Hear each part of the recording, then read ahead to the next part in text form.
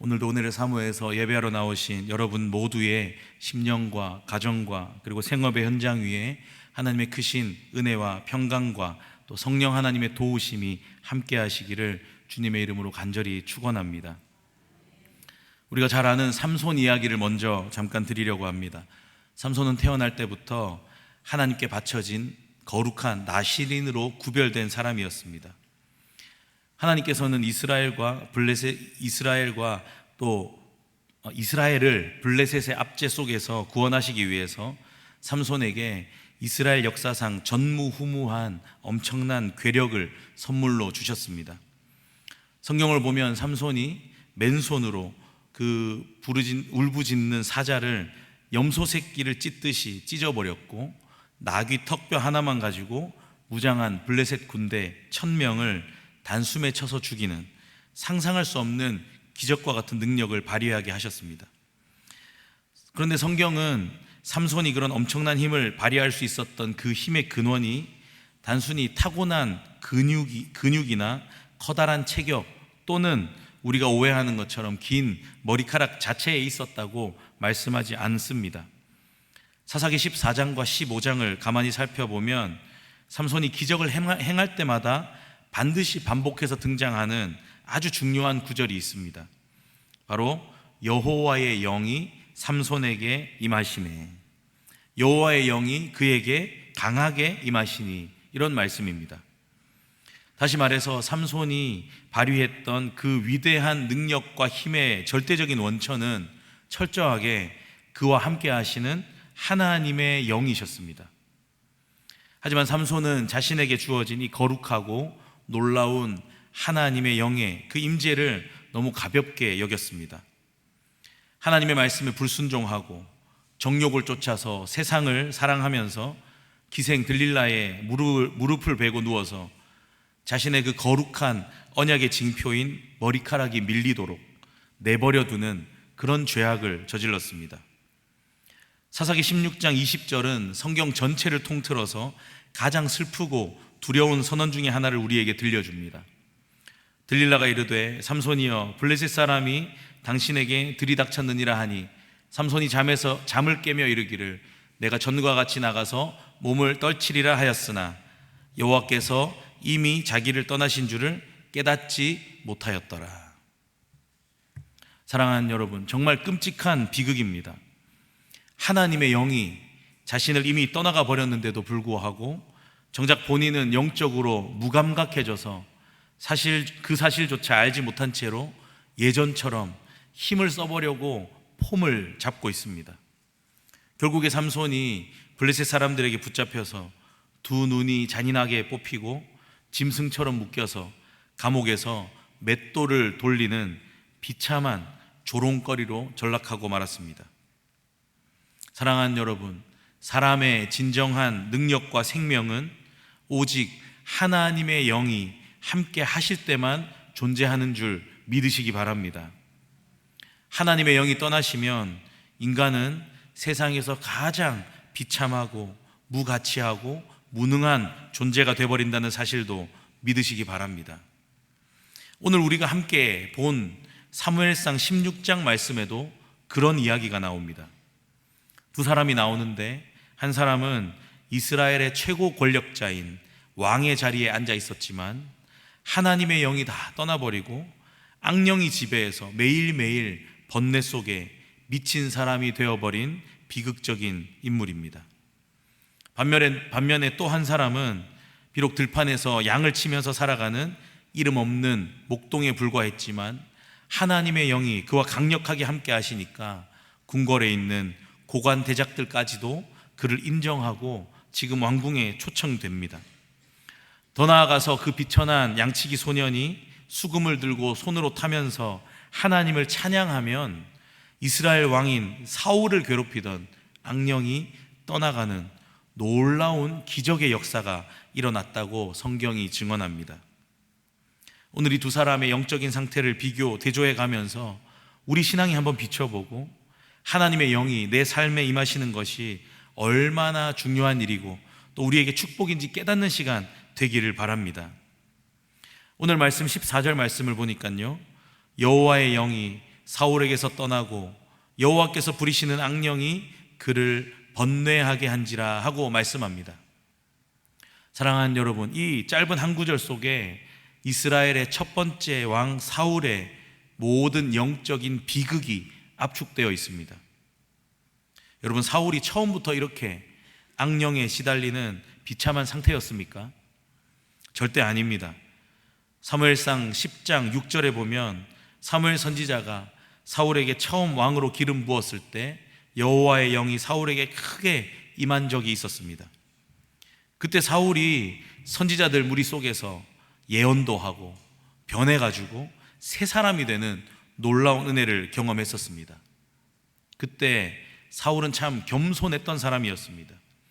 온 백성 앞에서 왕으로 제비를 뽑힐 때 스스로 자격 없다고 생각해서 진 보따리들 사이에 숨을 정도로 자신을 한없이 낮추던 그런 사람이었습니다. 그리고 사무엘상 11장 6절에 보면 잔인한 암몬 사람들이 길르앗 야베스를 침공해서 이스라엘 백성들을 위협할 때 사울이 그 소식을 듣고 하나님의 영에게 크게 감동돼서 거룩한 의분을 발해서 흩어진 이스라엘 군대를 모으고 전쟁에 나가서 대승을 거두기도 했었습니다. 이렇게 사울은 초창기에 여호와의 영이 임해서 그 주시는 지혜와 힘과 능력으로 전쟁에 나가서 이기고 백성들을 평안하게 다스리는 위대한 지도자로 쓰임 받았었습니다. 그런데 도대체 뭐 때문에 오늘은 이렇게 충만하게 임했던 여호와의 영이 사울에게서 떠나게 되었겠습니까? 여러분, 그건 바로 사울의 심각한 교만과 불순종 때문이었습니다. 왕의 자리에 앉아서 권력을 누리고 나니까, 또 나라가 안정되고 나니까 사울의 마음이 서서히 병들기 시작했습니다. 블레셋과의 전쟁을 앞두고 백성들이 흩어지려 하니까 급한 마음에 사무엘 선지자를 기다리지 못하고 자기가 직접 제사장만이 할 수 있는 번제를 드리는 영적 교만과 월권을 저질렀습니다. 더 치명적인 사건은 아말렉과의 전쟁이었습니다. 하나님이 아말렉의 모든 것을 진멸하라는 명령을 내리셨는데 사울은 하나님의 말씀을 가볍게 여기고 자기 눈에 보기 좋은 살찌고 아름다운 양과 소를 전리품으로 남겨두었습니다. 그리고 자기를 꾸짖는 그 사무엘 앞에서 이건 하나님께 제사 지내기 위해서 남겨둔 겁니다, 이렇게 거짓 변명으로 자신의 탐욕을 숨깁니다. 그때 사무엘 선지자가 뭐라고 책망합니까? 순종이 제사보다 낫고 듣는 것이 수량의 기름보다 나으니 왕이 여호와의 말씀을 버렸으므로 여호와께서도 왕을 버려 왕이 되지 못하게 하셨나이다. 여러분, 사울은 하나님의 다스리심을 거부하고 자기가 스스로 주인이 돼서 왕이 되려고 했습니다. 교만과 불순종으로 마음이 강팍해지니까 거룩하시고 진리 되신 하나님의 영은 더 이상 회개하지 않는 이 사울의 심령에 머무르실 수가 없었던 겁니다. 여호와의 영이 떠나시니까 사울이 아무것도 할 수 없는 불쌍하고 비참한 존재로 타락해버렸고 결국에는 악령이 그 영적 빈자리를 치고 들어와서 사울을 끔찍한 지옥과 같은 괴로움 속에 몰아넣은 겁니다. 여러분, 번뇌하게 한지라 하는 말은 극심한 공포와 두려움이 갑자기 덮쳐와서 숨통을 조인다는 뜻입니다. 사울이 막강한 권력을 가지고 많은 재물을 가지고 나라의 평안을 누렸지만 매일 밤낮을 우울증과 분노로 다윗을 향한 지독한 의심과 공포에 사로잡혀서 미쳐버린 겁니다. 사울이 이렇게 교만과 불순종으로 무너져 버렸습니다. 그런데 이 무서운 영적인 원리를 너무 잘 알고 있었던 한 사람이 있는데 바로 다윗입니다. 이것을 잘 알고 있는 다윗은 나중에 자신이 왕이 된 이후에 밧세바를 범하고 충신 우리아를 죽이는 무시무시한 그 범죄를 저질렀을 때 나단 선지자가 나타나서 그 죄를 강하게 지적하니까 사울처럼 변명하거나 핑계대지 않고 즉시 그 바닥에 엎드려서 침상이 눈물에 젖도록 철저하게 회개했습니다. 시편 51편을 보면 다윗의 찢어지는 마음으로 그 기도하는 모습을 살펴볼 수 있습니다. 나를 주 앞에서 쫓아내지 마시며 주의 성령을 내게서 거두지 마소서. 여러분, 다윗의 이 기도를 보십시오. 다윗은 왕의 자리에서 쫓겨나는 것을 두려워서 기도한 것이 아닙니다. 명예를 잃어버리고 재산과 권력을 잃어버리는 거, 그런 거 두려워서 이렇게 기도한 게 아닙니다. 다윗이 가장 무서워하고 두려워했던 것 딱 하나, 하나님의 영이, 주의 성령이 내게서 떠나시는 거였습니다. 왜냐하면 사울 왕이 하나님의 영을 잃어버리고 어떻게 얼마나 비참한 짐승처럼 미쳐서 돌아다녔는지를 자기 두 눈으로 똑바로 생생하게 목격했기 때문입니다.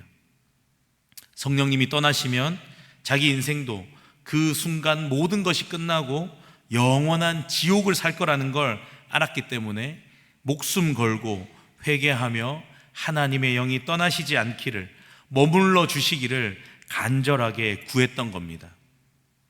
오늘 14절 말씀 보니까 여호와께서 부리시는 악령이라고 되어 있습니다. 이걸 그냥 보면 오해하기 쉽습니다. 악령의 시작, 죄와 악의 출처가 선하시고 거룩하신 하나님이 아니신가 하고 오해하게 됩니다. 여러분, 하나님께서는 악령을 적극적으로 부리시고 조종하셔서 우리들을 막 괴롭히는 그런 분이 아니십니다. 부리셨다는 건 하나님의 악령을 부하로 부리셨다는 게 아니고 온 우주를 다스리시는 그 하나님의 주권 아래에서 사울의 교만과 불순종으로 인해서 악령이 그에게 임했고, 또 사울에게 임했던 그 은혜의 보호막을 하나님이 일시적으로 거두어 가심으로 악령이 사울을 괴롭히도록 허락하셨다, 또는 그렇게 하도록 내버려 두셨다는 뜻으로 우리가 이해해야 됩니다. 그렇게 사울은 자꾸 다윗과 비교가 됩니다.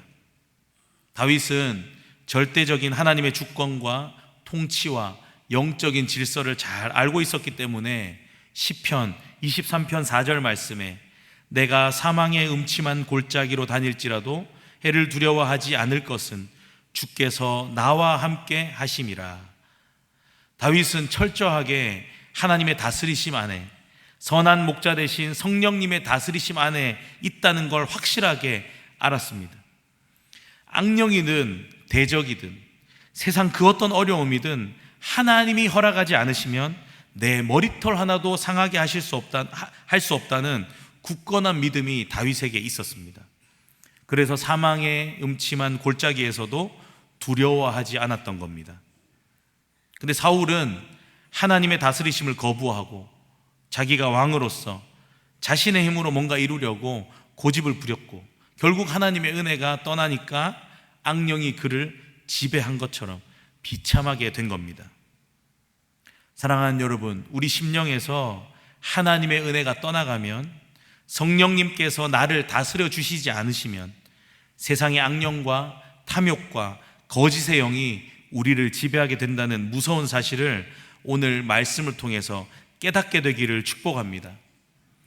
신약성경 마태복음 12장 43절 이하에도 예수님께서 이와 동일한 영적 원리를 비유로 설명해 주십니다. 말씀 이후에 보면 이런 내용들이 나옵니다. 어떤 사람에게서 나간 더러운 귀신이 물 없는 곳으로 다니면서 쉬기를 구하다가 쉴 곳을 얻지 못하고 다시 자기가 나왔던 그 사람의 마음 집에 가봤습니다. 근데 그렇게 가보니까 그 마음이 깨끗하게 청소가 되고 수리되어 있는 겁니다. 주인 없는 빈집을 발견한 이 귀신이 기뻐하면서 자기보다 더 악한 귀신 7을 데리고 들어가서 거기 살았다고 말씀합니다. 그 사람의 나중 형편이 전보다 더 심각하게 되었다고 하는 무서운 경고도 말씀하십니다. 여러분, 이 비유가 무엇을 뜻합니까? 단순하게 나쁜 짓 좀 안 하고 도덕적으로 수양을 쌓으면서 마음을 깨끗이 비우는 것만으로는 악한 영의 공격을 이겨낼 수 없다는 겁니다. 빈집은 강도의 표적이 될 뿐입니다. 사랑하는 여러분, 저와 여러분의 마음이 텅 비어 있으면 안 됩니다. 반드시 하나님의 은혜로 가득 차 있던지 하나님의 영이신 성령께서 내 속에 진정한 주인으로 임하셔서 나를 다스리고 역사해 주셔야 하는 줄 믿습니다. 그럼 우리가 어떻게 해야 됩니까? 우리의 빈 마음을 무엇으로 채워야 합니까? 마태복음 7장과 누가복음 11장에 보면 예수님께서 우리에게 너무나도 위로가 되는 귀한 약속의 말씀을 주십니다. 우리 다 같이 한번 읽어보겠습니다. 시작. 너희가 악할지라도 자식에게 줄 알거든 하물며 하늘에 계신 너희 아버지께서 구하는 자에게 좋은 것으로 주시지 않겠느냐. 아멘. 할렐루야. 육신의 부모님도 자기 자식에게 좋은 것을 주고 싶어 합니다. 하물며 우리를 창조하시고 우리를 구원하시기 위해서 십자가에 하나뿐인 아들 예수 그리스도까지 내어주신 하늘 아버지께서 간절하게 찾고 구하는 우리 자녀들에게 왜 가장 좋은 것 안 주시겠습니까? 근데 예수님은 그 하나님이 주시는 가장 좋은 것, 그것이 하나님의 영이신 성령이라고 친히 가르쳐 주십니다. 세상 그 어떤 것보다도 소중하고 귀한 것, 하나님의 영이 영원히 나와 함께하는 것, 이 복을 반드시 받고 살아가는 저와 여러분 되기를 간절히 바랍니다. 어떤 목사님이 이런 말씀하신 걸 들은 기억이 있습니다.